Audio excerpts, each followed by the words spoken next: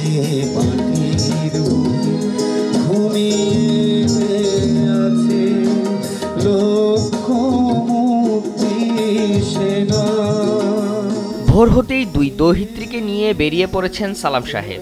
উদ্দেশ্য মিরপুর শহীদ বুদ্ধিজীবী স্মৃতিসৌধ।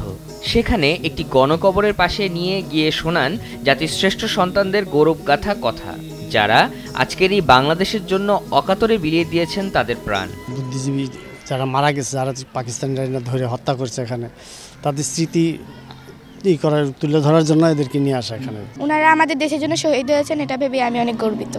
আমি এদের জন্য গর্ববোধ করি।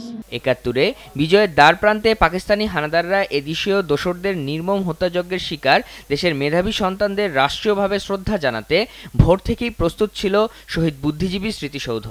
প্রতিবার মিরপুর শহীদ বুদ্ধিজীবী স্মৃতিসৌধের রাষ্ট্রপতি ও প্রধানমন্ত্রী শ্রদ্ধা জানালেও এবার করোনার কারণে তাদের পক্ষ থেকে শ্রদ্ধা জানান তাদের সামরিক সচিবরা।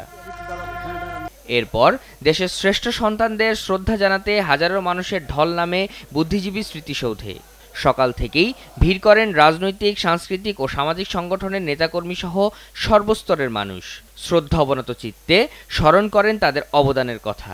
ওরা চাইছিল যে বুদ্ধিজীবীদের যদি এদেশ থেকে শেষ করে দেওয়া যায়, তার দেশ পরিচালনার লোক থাকবে না। বুদ্ধিজীবীরা আমাদের জন্য জীবন দিছে, শহীদ হয়েছে। উগ্র সাম্প্রদায়িক গোষ্ঠীর আস্ফালন বন্ধে আর শহীদদের আত্মত্যাগের মর্যাদা সমুন্নত রাখতে ধর্মভিত্তিক রাজনীতি বন্ধের দাবি মুক্তিযুদ্ধের পক্ষের শক্তির। গতকালকে প্রকাশ করেছি 1222 জনের, আরো যারা আছে সারা দেশব্যাপী বিভিন্ন আমার ঠিকানাতে, সেগুলো সংগ্রহ করে আমরা আশা করছি যে চূড়ান্ত তালিকা 26শে মার্চ আমরা প্রকাশ করতে পারবো। এটি একটি অসাম্প্রদায়িক বাঙালি ভূমি বাংলাদেশ, এর চিরায়ত ইতিহাসই এই কথা বলে। সুতরাং এখানে কোনো সাম্প্রদায়িকতার স্থান নেই। মৌলবাদী রাজনীতি অর্থাৎ ধর্মভিত্তিক রাজনীতি নিষিদ্ধ করতে হবে এবং ফতোয়াবাজ এই জঙ্গির সাম্প্রদায়িক তাই পাকিস্তানের এই প্রেতাত্মা, তাদের সাথে কোনো মিটমাট চলবে না। যে সাম্প্রদায়িক অপশক্তি ৭১-এর বুদ্ধিজীবীদের হত্যা করেছিল, তারা আজও এদেশে সাম্প্রদায়িকতার বিষ বাষ্প ছড়াচ্ছে উল্লেখ করে এদেরকে রুখে দিয়ে গণতন্ত্র রক্ষায় পদক্ষেপ নেওয়ার এখনই সময়, অভিমত রাজনীতিকদের।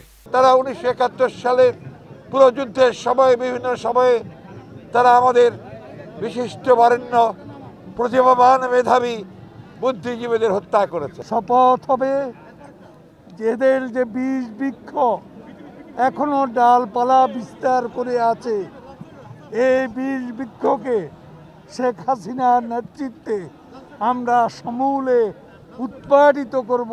শাহাদাত হোসেন, দেশ টিভি, ঢাকা।